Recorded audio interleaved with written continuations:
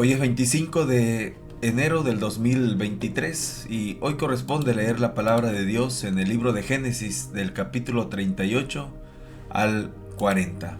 Antes de leer, oremos a Dios pidiéndole que nos permita escuchar el mensaje que tiene para nuestras vidas. Dios, nos ponemos en tus manos en esta hora. Te suplicamos en el nombre de tu Hijo Jesús que hables a nuestra vida en este momento. Gracias por la oportunidad que nos das también de poder leer tu palabra con libertad. En el nombre de Jesús. Amén. Leamos juntos la palabra de Dios en Génesis capítulo 38. Judá y Tamar. En esos días, Judá dejó su casa y se fue a Adulán, donde se quedó con un hombre llamado Hira. Allí vio a una mujer cananea, la hija de Súa, y se casó con ella. Cuando se acostaron, ella quedó embarazada y dio a luz un hijo y le puso por nombre Después volvió a quedar embarazada y dio a luz otro hijo y le puso por nombre Onán. Además dio a luz un tercer hijo y lo llamó Sela. Cuando nació Sela, ellos vivían en Kesip. Con el transcurso del tiempo, Judá arregló que su hijo mayor, se casara con una joven llamada Tamar. Pero era un hombre perverso ante los ojos del Señor, y el Señor le quitó la vida. Entonces Judá dijo a Onán, hermano de cásate con Tamar como nuestra ley exige. Al hermano de un hombre que haya muerto, tú debes darle un heredero a tu hermano. Pero Onán no estaba dispuesto a tener un hijo que no fuera su propio heredero. Por eso, cada vez que tenía relaciones sexuales con la mujer de su hermano, derramaba el semen en el suelo. Esto evitaba que ella tuviera un hijo de su hermano, así que el Señor consideró una maldad que Onán negara un hijo a su hermano muerto, y el Señor también le quitó la vida a Onán. Entonces Judá le dijo a Tamar, su nuera, vuélvete a la casa de tus padres y permanece viuda hasta que mi hijo Sela tenga edad suficiente para casarse contigo. Pero en realidad Judá no pensaba hacerlo, porque temía que Sela también muriera, igual que sus dos hermanos. Entonces Tamar regresó a vivir a la casa de sus padres. Unos años después murió la esposa de Judá. Cumplido el periodo de luto, Judá y su amigo Hira, el adulamita, subieron a Timna para supervisar la esquila de sus ovejas.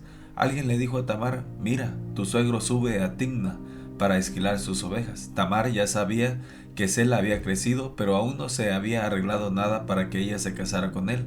Así que se quitó la ropa de viuda y se cubrió con un velo para disfrazarse. Luego se sentó junto al camino a la entrada de la aldea de Enaí, la cual está rumbo a Timna. Judá la vio y creyó que era una prostituta porque ella tenía el rostro cubierto.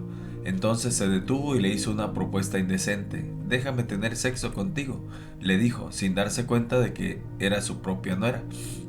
¿Cuánto me pagarás por tener sexo contigo?, preguntó Tamar. Te enviaré un cabrito de mi rebaño, prometió Judá. ¿Pero qué me darás como garantía de que me harás el cabrito?, preguntó ella. ¿Qué clase de garantía quieres?, respondió él. Ella contestó, déjame tu sello de identidad junto con su cordón y el bastón que llevas. Entonces Judá se los entregó. Después tuvo relaciones sexuales con ella y Tamar quedó embarazada. Luego ella regresó a su casa, se quitó el velo y se puso la ropa de viuda como de costumbre. Más tarde Judá le pidió a su amigo Hira, el adulamita, que llevara el cabrito a la mujer y recogiera las cosas que le había dejado como garantía. Pero Hira no pudo encontrarla. Entonces preguntó a los hombres de ese lugar, ¿dónde puedo encontrar a la prostituta del templo local que se sentaba junto al camino a la entrada de Enaí? Nunca hemos tenido una prostituta del templo aquí, contestaron ellos. Entonces Hira regresó a donde estaba Judá y le dijo, no pude encontrarla por ninguna parte y los hombres de la aldea afirman que nunca ha habido una prostituta del templo pagano en ese lugar. Entonces deja que se quede con las cosas que le di, dijo Judá. Envié el cabrito tal como acordamos, pero tú no pudiste encontrarla. Si regresamos a buscarla, seremos el hazmerreír del pueblo. Unos 3 meses después le dijeron a Judá, tu nuera Tamar se ha comportado como una prostituta y ahora, como consecuencia, está embarazada. Sáquenla y quémenla, ordenó Judá. Pero cuando la sacaban para matarla, ella envió el siguiente mensaje a su suegro. El dueño de estas cosas fue quien me dejó embarazada. Fíjese bien, ¿de quién son este sello, este cordón y este bastón? Judá los reconoció enseguida y dijo, ella es más justa que yo porque no arreglé que ella se casara con mi hijo Sela. Y Judá nunca más volvió a acostarse con Tamar. Cuando llegó el tiempo de que Tamar diera a luz, se descubrió que esperaba gemelos. Durante el parto, uno de los niños sacó la mano, entonces la partera le ató un hilo rojo en la muñeca y anunció, este salió primero. Pero luego el niño metió la mano de vuelta y salió primero su hermano. Entonces la partera exclamó: «Vaya, ¿cómo hiciste para abrirte brecha y salir primero?». Y lo llamaron Fares. Luego nació el niño que llevaba el hilo rojo en la muñeca y lo llamaron Sera. Capítulo 39. José en la casa de Potifar. Cuando los mercaderes ismaelitas llevaron a José a Egipto, lo vendieron a Potifar, un oficial egipcio. Potifar era capitán de la guardia del faraón, rey de Egipto. El Señor estaba con José, por eso tenía éxito en todo mientras servía en la casa de su amo egipcio. Potifar lo notó y se dio cuenta de que el Señor estaba con José y le daba éxito en todo lo que hacía. Eso agradó a Potifar, quien pronto nombró a José su asistente personal, lo puso a cargo de toda su casa y de todas sus posesiones. Desde el día en que José quedó encargado de la casa y de las propiedades de su amo, el Señor comenzó a bendecir la casa de Potifar por causa de José. Todos los asuntos de la casa marchaban bien y las cosechas y los animales prosperaron, pues Potifar le dio a José total y completa responsabilidad administrativa sobre todas sus posesiones. Con José a cargo, Potifar no se preocupaba por nada excepto que iba a comer. José era un joven muy apuesto y bien fornido, y la esposa de Potifar pronto comenzó a mirarlo con deseos sexuales. «Ven y acuéstate conmigo», le ordenó ella, pero José se negó. «Mire», le contestó, «mi amo confía en mí y me puso a cargo de todo lo que hay en su casa. Nadie aquí tiene más autoridad que yo. Él no me ha negado nada, con excepción de usted, porque es su esposa. ¿Cómo podría yo cometer semejante maldad? Sería un gran pecado contra Dios». Día tras día ella seguía presionando a José, pero él se negaba a acostarse con ella y la evitaba tanto como podía.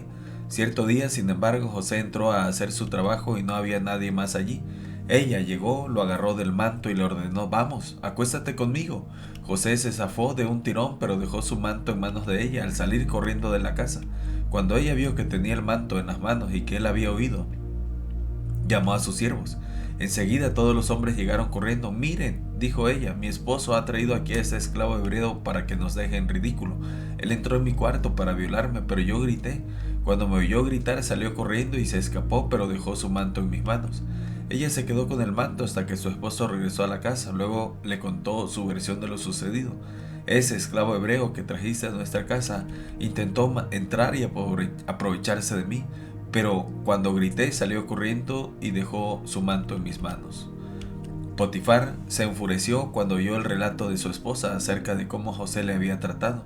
Entonces agarró a José y lo metió en la cárcel donde estaban los presos del rey. José quedó allí, pero el Señor estaba con José en la cárcel y le mostró su fiel amor. El Señor hizo que José fuera el preferido del encargado de la cárcel. Poco después el director puso a José a cargo de los demás presos y de todo lo que ocurría en la cárcel. El encargado no tenía de qué preocuparse porque José se ocupaba de todo. El Señor estaba con él y lo prosperaba en todo lo que hacía. Capítulo 40. José interpreta dos sueños. Pasado el tiempo, el jefe de los coperos y el jefe de los panaderos del faraón ofendieron a su señor el rey. El faraón se enojó con esos dos funcionarios y los puso en la cárcel, donde estaba José, en el palacio del capitán de la guardia. Ellos permanecieron en la cárcel durante mucho tiempo y el capitán de la guardia los asignó a José, quien se ocupaba de ellos. Una noche, mientras estaban en la cárcel, el copero y el panadero del faraón tuvieron cada uno un sueño y cada sueño tenía su propio significado. Cuando José los vio a la mañana siguiente, notó que los dos parecían preocupados. «¿Por qué se ven tan preocupados hoy?», les preguntó. La interpretación. «Anoche los dos tuvimos sueños», contestaron ellos, «pero nadie puede decirnos lo que significan». «La interpretación de los sueños es asunto de Dios», respondió José. «Vamos, cuéntenme lo que soñaron». Entonces el jefe de los coperos fue el primero en contarle su sueño.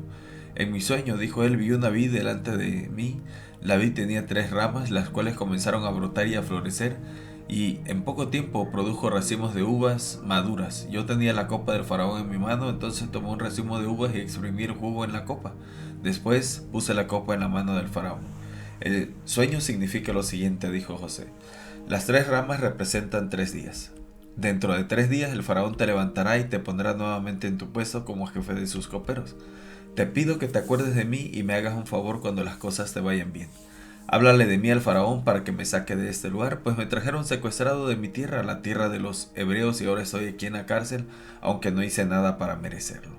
Cuando el jefe de los panaderos vio que José había dado una interpretación tan positiva del sueño, le dijo a José: yo también tuve un sueño. En mi sueño había 3 canastas de pasteles blancos sobre mi cabeza. En la canasta de arriba había todo tipo de pasteles para el faraón, pero llegaron las aves y se los comieron de la canasta que estaban sobre mi cabeza. El sueño significa lo siguiente, le dijo José: las 3 canastas también representan 3 días. En 3 días el faraón te levantará y atravesará tu cuerpo con un poste. Luego las aves llegarán y picotearán tu carne. 3 días después era el cumpleaños del faraón, quien preparó un banquete para todos sus funcionarios y su personal.